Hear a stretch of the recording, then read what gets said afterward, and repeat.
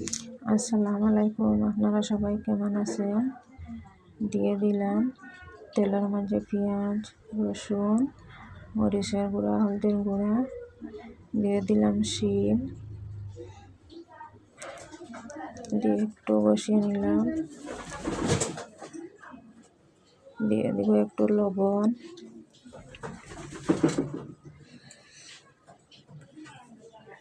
একটু বসিয়ে নিয়ে ডেকে রাখে দেব।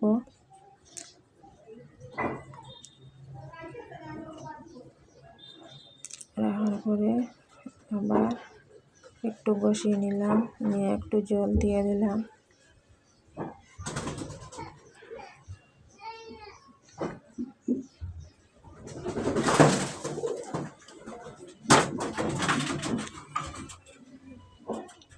আবার একটু সময় ডেকে রাখে দেব।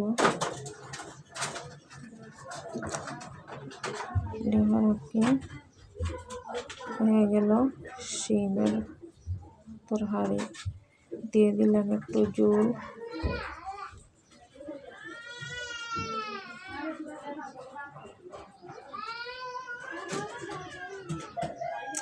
আবারও ডেকে রেখে দিলাম। এখন সিদ্ধ সবজি দিয়ে দিলাম, কাপরাঙ্গা মরিচ, শুটকি, কাঁচকলা, আলু আর ফরাসের বেশি চুলাইয়া রেখেছিলাম, এইটা দিয়ে দিলাম। দিয়ে একটু লবণ দিয়ে ডেকে রাখে দিব।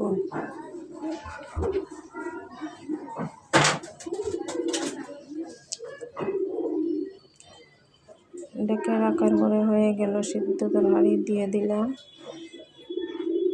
ধনিয়া পাতা, রসুন,